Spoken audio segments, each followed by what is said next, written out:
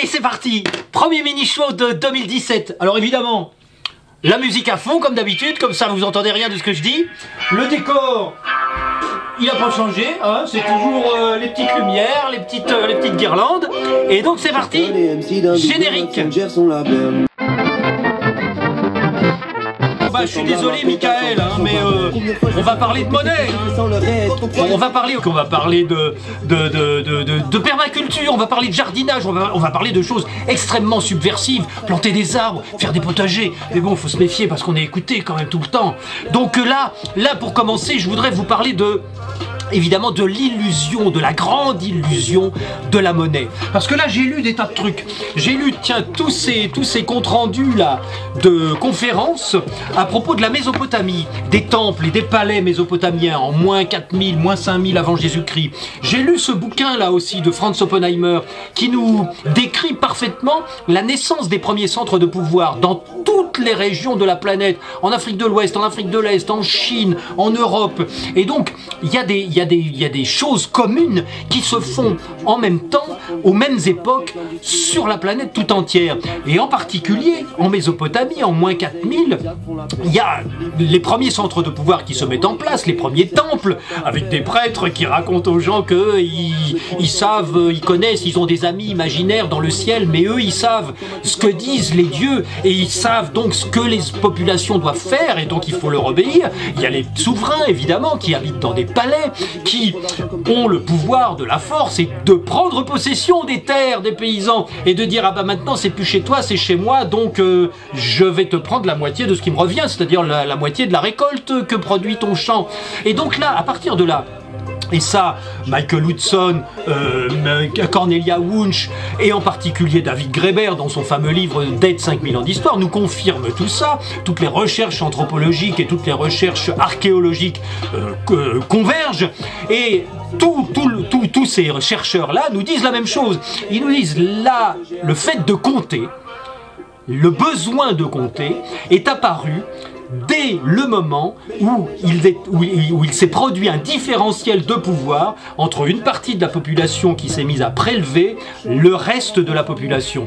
À partir de là, du côté du pouvoir, évidemment le besoin s'est fait sentir de savoir combien pouvait produire un champ de manière à ne pas prélever trop, à prélever juste ce qu'il faut pour pas que les populations se révoltent ou s'en aillent. Et du côté des populations, bah, quand tu te fais prélever, t'as bien envie de savoir si t'as donné plus ou si t'as donné moins, de manière à savoir si tu vas te faire couper la tête ou si tu vas être obligé de te vendre en esclavage ou si tu vas peut-être rester libre sur la parcelle qui t'appartient plus. Donc évidemment, il y a un besoin de compter à partir du moment où la violence apparaît, où le décalage, où la prédation apparaît.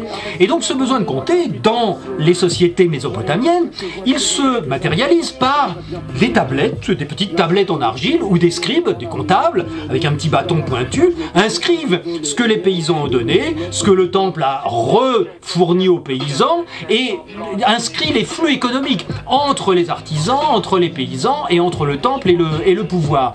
Et donc cette inscription, cet enregistrement des flux économiques, il permet à tout le monde de savoir où on en est. C'est-à-dire, évidemment, c'est le palais qui est débiteur par rapport à l'ensemble de la population qui est créditeur, puisque le créditeur, c'est celui qui a beaucoup donné, qui a beaucoup fourni. Évidemment, le centre de pouvoir, il fournit rien, il fabrique rien, il consomme, il engloutit, il s'engraisse aux dépens de la population. Ce qui explique, on va en parler dans un prochain mini-show, le déséquilibre permanent et intrinsèque de la dynamique du centre de pouvoir. Mais on en reparlera dans un prochain mini-show.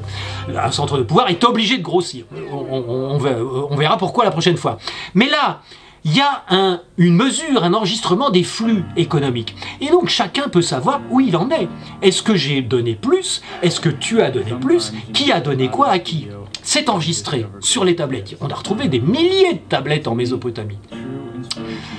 Alors que, à partir du moment où un souverain a l'idée géniale d'arrêter d'enregistrer les flux économiques et de faire croire aux populations que le fait de taper sa tronche, son profil sur des petits morceaux de métal et de donner ces petits morceaux de métal aux populations volées, le fait de mettre en place ce système-là permet deux choses capitales.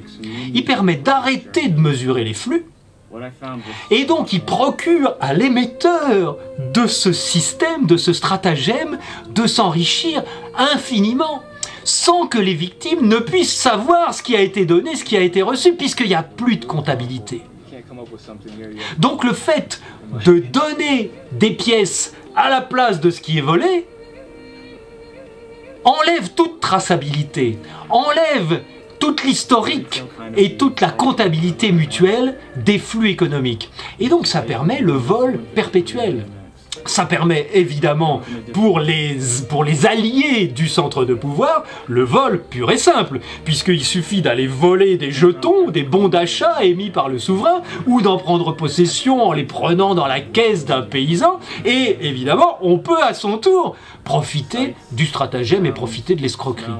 Alors, la question fondamentale à laquelle je vous demande de réfléchir, c'est que si vous avez en main un bon d'achat, un ticket restaurant, un miles de compagnie aérienne, un billet de banque de la BCE, un petit billet tout coloré qui représente une monnaie locale.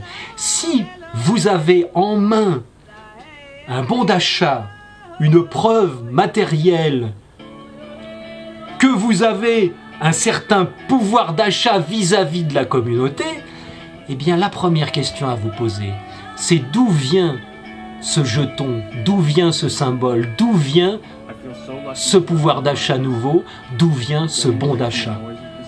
Parce que celui qui l'a émis, celui qui l'a fabriqué, il a reçu sans rien avoir donné avant. C'est ça la monnaie. Allez, ciao, ciao, à la prochaine fois, je vous embrasse, on va faire court.